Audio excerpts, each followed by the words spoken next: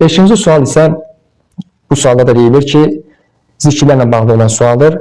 Xüsusi gələn zikirləri, misal üçün səhər və axşam zikirlərini ümumi vaxt etmək olarmı? Cavab budur ki, ümumən zikirlər iki qismdir. Mütləq zikirlər, yəni ümumi zikirlər və müqayyət, xüsusi zikirlər. Mütləq zikirlər o zikirləri deyilir ki, onların nə müəyyən bir sayı, nə zamanı, nə də məkanı var. Yəni istənilən sayda, istənilən məkanda və istənilən zamanda o zikirlər edilə bilər. Lakin müqayyət, yəni xüsusi olan zikirlər budur ki, onların müəyyən sayı, müəyyən zamanı və müəyyən məkanı vardır. Buna da misal olaraq səhər və axşam zikirlərini qeyd etmək olar ki, onların müəyyən zamanı var və o zikirlərin də müəyyən sayı var. Misal üçün, o zikirlərdən biri Əuzu bi kəlimatillahi təmmati min şərri mə xalaq. Yaratdıqlarının şərrini Allahın tam kəlmələrinə sığınıram. Bu zikirin vaxtı axşamdır. Yəni, əsr namazından sonra məğrib namazına qədər. Və eyni zamanda bunun da sayı sünnədə varid olmuşdur ki, 3'dür. Həm zaman baxımından onun vaxtı bəlli olub, sünnədə keçib, həmçinin də say baxımından da onun sünnədə sayı zikir olunubdur.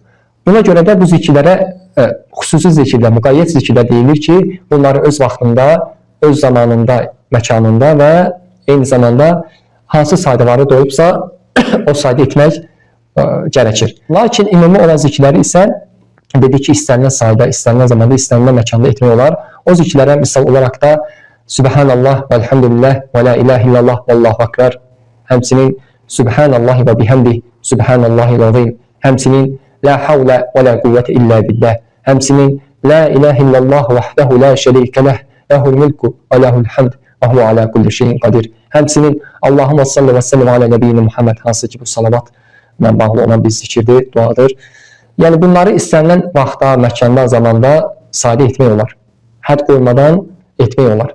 Və lakin sualda soruşulur ki, misal üçün səhər və axşam zikirlərini ümumi vaxt etmək olarmı? Cavab budur ki, xeyr. Çünki qeyd etdik ki, bunlar xüsusi zikirlər olduğu üçün səhər zikirləri sabah vaxt edilməlidir, axşam zikirləri isə axşam vaxtında edilməlidir və eyni zamanda say baxımından da sünnədə əgər bir sayında varid olubsa 1, 3 sayında varid olubsa 3 dəfə edilməlidir.